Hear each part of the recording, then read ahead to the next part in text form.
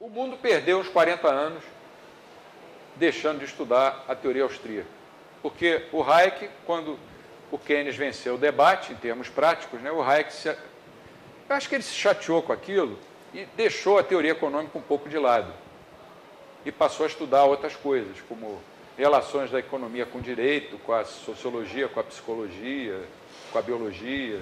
Escreveu sobre filosofia política. Ele nunca mais escreveu praticamente sobre teoria econômica.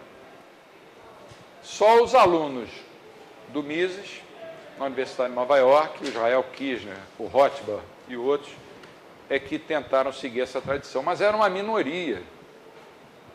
Era como você, em um estádio de futebol, assistir ao jogo, sei lá, entre a seleção brasileira e uma seleção de um país pequeno, lá do Oriente Médio, que só tivesse 2 torcedores ou 3. Você só ia escutar o quê? Aquela gritaria da torcida torcendo pelo Brasil. Os outros 3 podiam berrar o tempo inteiro que ninguém ia ouvir. Eram meia dúzia de austríacos espalhados pelo mundo inteiro e todo o paradigma era keynesiano, depois virou monetarista, depois novos keynesianos, novos clássicos, estão aplicando tudo que eles falam e o mundo não sai da crise. Bancos centrais têm uma razão de ser. Eu já fui o defensor ardoroso da independência dos bancos centrais, quando eu era monetarista. Meu primeiro emprego foi no Banco Central, talvez fosse por isso eu passei para lá no primeiro concurso. Depois eu larguei porque o setor público nunca foi muito a minha cara. Vocês vão dizer, por que você está na UERJ? Não, porque aqui eu sou professor, é diferente, eu tenho liberdade para fazer as coisas que eu quero. O que os bancos centrais fizeram de bom até hoje? Eu diria nada. Se não tivessem sido criados, como seria o mundo hoje? Eu me arrisco a dizer, seria bem melhor, porque não teria havido grandes inflações nem essas crises todas. O Fed vai fazer 100 anos.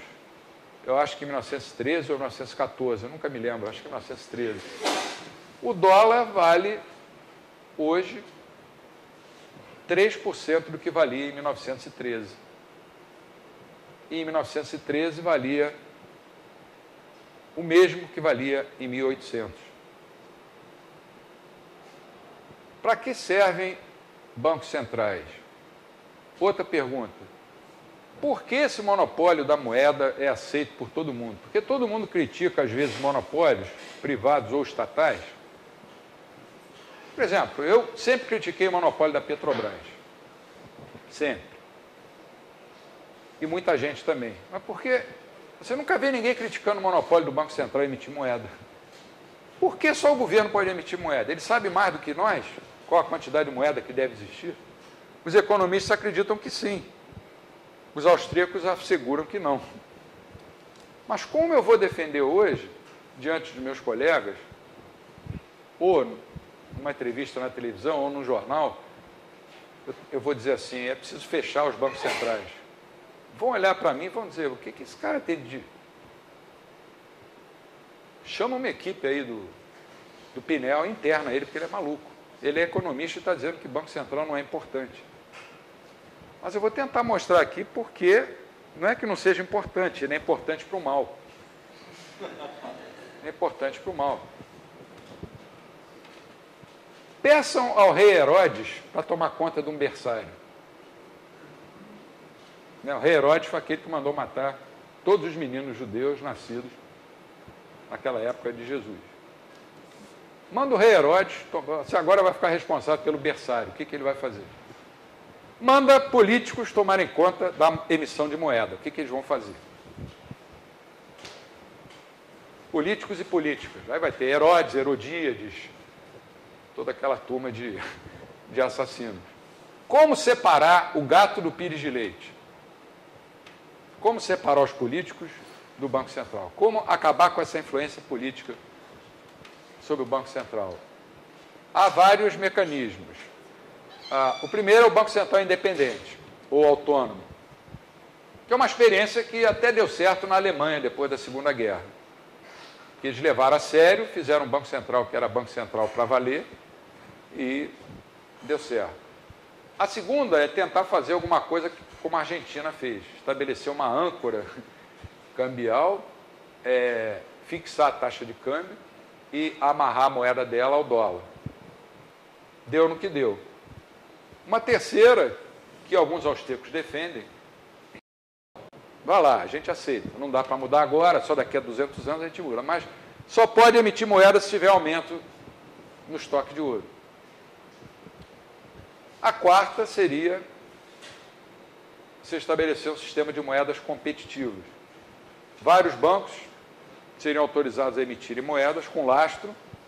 Podia até continuar existindo o Banco Central, mas ia competir com as outras. Se o político A, B ou C influísse no Banco Central, ou o partido XYZ, a moeda do Banco Central ia se desvalorizar perante a moeda do banco A, B ou C. E uma outra questão muito importante, que está dentro da discussão do processo de mercado e da estrutura de capital, é essa questão da moeda fiduciária, né? Das reservas fracionárias. É um absurdo. Como é que o mundo pode funcionar assim? Se todos os correntistas correrem para qualquer banco, para sacar, esse banco vai quebrar, pode ser o banco mais sólido do mundo. Se todos os correntistas de todos os bancos do mundo resolvessem um dia, o mundo vai acabar, eu quero passar meu último dia gastando dinheiro, vou lá, saco tudo, todos os bancos iam quebrar antes que o mundo acabasse. Isso é uma questão que precisa ser discutida. Saiu um artigo na semana passada, ou na semana retrasada, acho que foi na sexta retrasada, no site do Instituto Mises, de um economista chamado Fernando Ulrich, que é de Porto Alegre, que fez um mestrado lá com Jesus Huerta de Soto. Esse artigo é maravilhoso, sobre as reservas fracionárias. Dá uma olhada, procura Fernando Ulrich, é Ulrich, que também faz parte da equipe do Instituto Mises. Gostaria até que ele desse mais aulas nesse curso, mas pela distância e pelas ocupações dele ficou difícil, né? Alguma outra questão? Amanhã a gente vai ver essa parte de função empresarial. Alguma outra pergunta? Tinha uma questão ainda, mas não sei se tem também, a questão do monopólio natural, né? Que o Beto sempre defendeu lá, que tinha uma... No caso das utilities, por exemplo, você tem um ganho de escala quando você tem um monopólio, né? Como é que a teoria austríaca vê isso? Você fala, por exemplo, o mercado de insulina, que tem... Não, basicamente, utilities é um caso bem específico. Sairia mais caro você duplicar uma rede de é a mesma coisa. Por exemplo? É muito caro. É como o mercado de insulina, só tem... É tão caro produzir que...